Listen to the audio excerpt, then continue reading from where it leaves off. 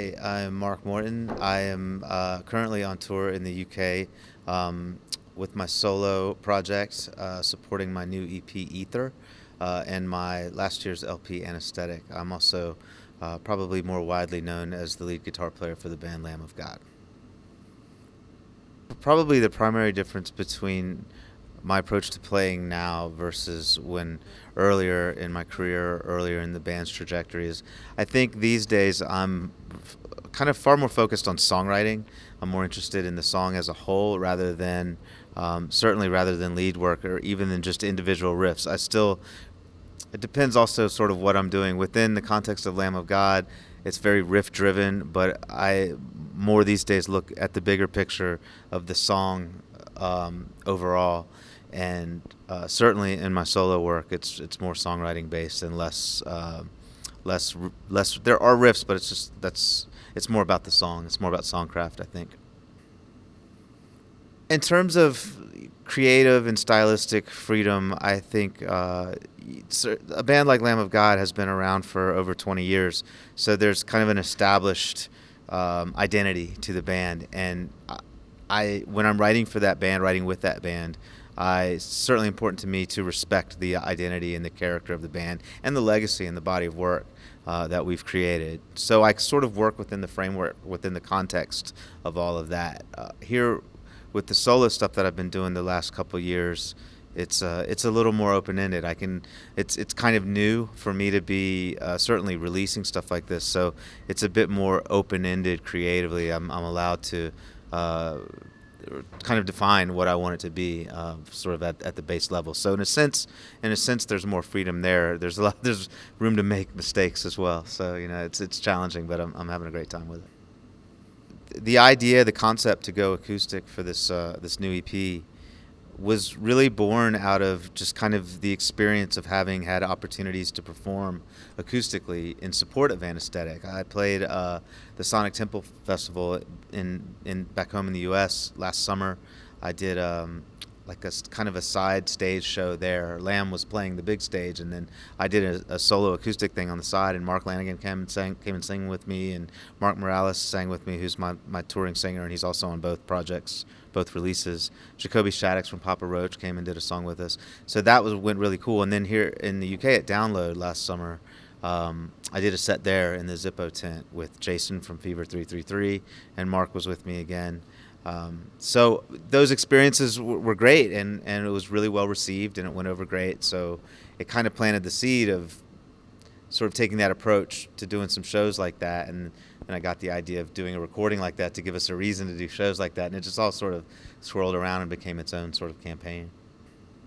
In coming up with the idea to record She Talks to Angels, the great Black Crowes song that we did on Ether, I had the idea of doing that song, but I didn't just want to do that song again. That's one of those songs where if you're going to redo it, you should probably do something different, because you're not going to just recreate the original and for the sake of doing that. So the idea was to have a woman singing it, to change the protagonist, to give it kind of a different angle. And Lizzie, she just did such an amazing job with it. She's got such an incredible voice, just talent, great guitar player too. She's just super talented. So I hit her up with the idea, and she was all for it. She was actually touring over here, I think, and we had to wait a couple of days for her to get home. As soon as she got home from tour, she did it, and she drilled it. So actually, Lizzie's vocal performance was the only one I wasn't there for. She recorded that at her own studio in Nashville. So yeah, that's how great she is. She sort of did her whole vocal take herself. We mixed it and dropped it in, and so we did the music out in L.A. and she did the vocal in Nashville, and then we kind of put it together in mix. We did the music for She Talks to Angels, and then I waited a couple days, and then Lizzie sent the tracks to my producer, and he dropped them in and rough mixed it and sent it to me, and I was just blown away, just like you said you were. To hear it for the first time, it was like getting a Christmas present.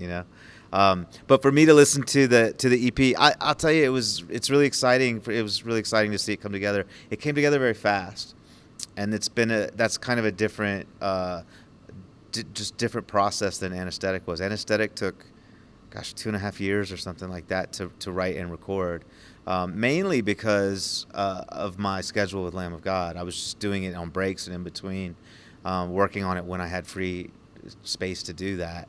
And Ether was done very quickly. Like everything was written and recorded in a matter of maybe 2 or 3 months.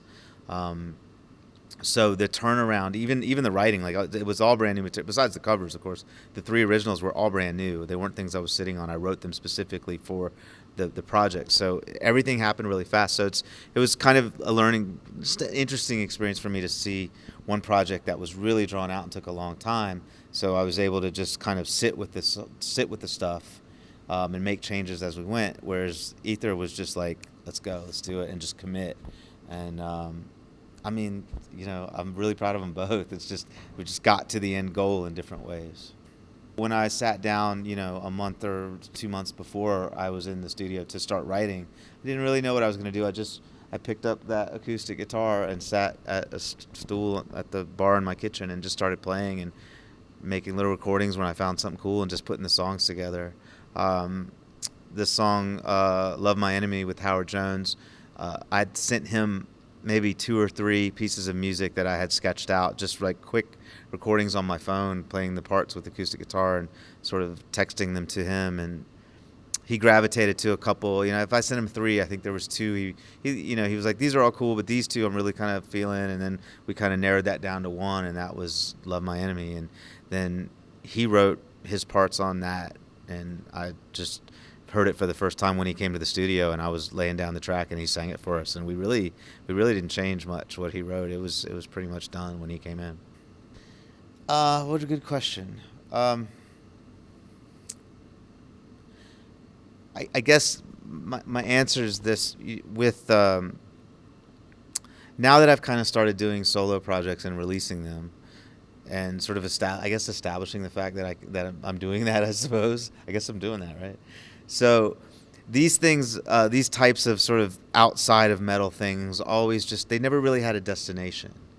I was always writing stuff that wasn't going to be for Lamb of God, that was on acoustic or was more rock or whatever, and I would work on stuff like that for fun. But I didn't really ever have an idea of where it could live, where it could have a space to exist and develop and be turned into real songs.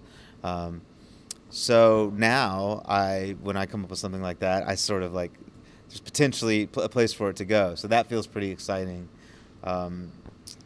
in that sense. And I think it's helped me overall to really, when I'm working on Lamb, to really have a more of a clarity and focus on what I should really be, what my role is and what my job should be in Lamb. Because if I have all these kind of rock ideas or more melodic ideas or more gentle like acoustic ideas, there have been times where I've tried to kind of shove that stuff into the context of Lamb, and I've had some good results with that, but a lot of times it can be frustrating trying to make something work that's just not supposed to be there, or forcing it. And now I feel like having an outlet for this stuff has really freed me up to have a more clarity in my focus with Lamb. I think it was, if it was pressure, it was anxiety. It even started with anesthetic. I mean, I really didn't have any kind of idea how I would be accepted or taken seriously outside of Lamb of God. I always knew that I was writing songs, and I felt like it was getting better and it was coming on to some cool stuff, but I didn't know if my fans in Lamb of God would come with me to something that was more rock and a little more melodic, a little more, I guess, commercial sounding, if you will. You know what I mean? Some of it. So I didn't know if they would come over there with me. I didn't know if people that weren't fans of Lamb would be willing to take me seriously on my own, in these collaborations with these great artists. So there was a little bit of anxiety there. But ultimately, I just did it because I'm a musician and I make music, and I had the opportunity to do it, so I seized it. And as it turns out, it was really well received, and it's been an amazing couple years, really. It's only been a year since, it's not even been a year, actually, since Anesthetic was released, but it's been about a year since, like, Cross Off came out and that kind of stuff, so those tunes, early tunes. So I think with Ether, again, I had a little bit more legs under me in terms of being able to say, okay, I'm going to do another solo project. But you're right, it's acoustic. It's a bit of a different thing. It's not out yet, so we'll see what people think. But thanks for the kind words, man. So Josh Wilbur, we've worked on so many things together. we've worked on obviously a number of Lamb albums. He did Anesthetic. He's done Ether. We've also done some work kind of behind the scenes, working with some other bands, writing and pre-production, that kind of thing. So we really have a lot of history working together. He also happens to just to be one of my best friends. Like we're just close friends. So it's a lot of fun. We laugh a lot, and we have a real trust with each other. Kind of being creative and working on things can sometimes be you can be a little vulnerable in that process because these are really personal things you might be writing about, or you may be really excited about an idea that's not that good, and someone needs to tell you that this could be better. Those kind of things can be challenging. But so to have someone that I'm just close friends with and trust so much creatively, trust them creatively and otherwise, it makes it a lot of fun to work on this stuff. Who am I outside of music? I'm a father. I'm a father to my daughter, first and foremost. And outside of music, I'm pretty regular, man. I live with my girlfriend. We hang out and do fun stuff. My daughter's there, and we all do stuff together. I like to cook. I like to, be outside, just do normal stuff. When I'm writing lyrics, it's just about things that have happened in my life or situations I've sort of lived with or lived through or live in. Musically, it's hard to say where it comes from, man. I wake up in the morning with a new melody or new progression literally in my head, like a radio you can't turn off. It's kind of maddening sometimes, honestly, but that's a lot of times I hear it in my head before I play it on my guitar, and I don't know where it comes from, man. Hey, man, thanks for the thoughtful questions. I appreciate it.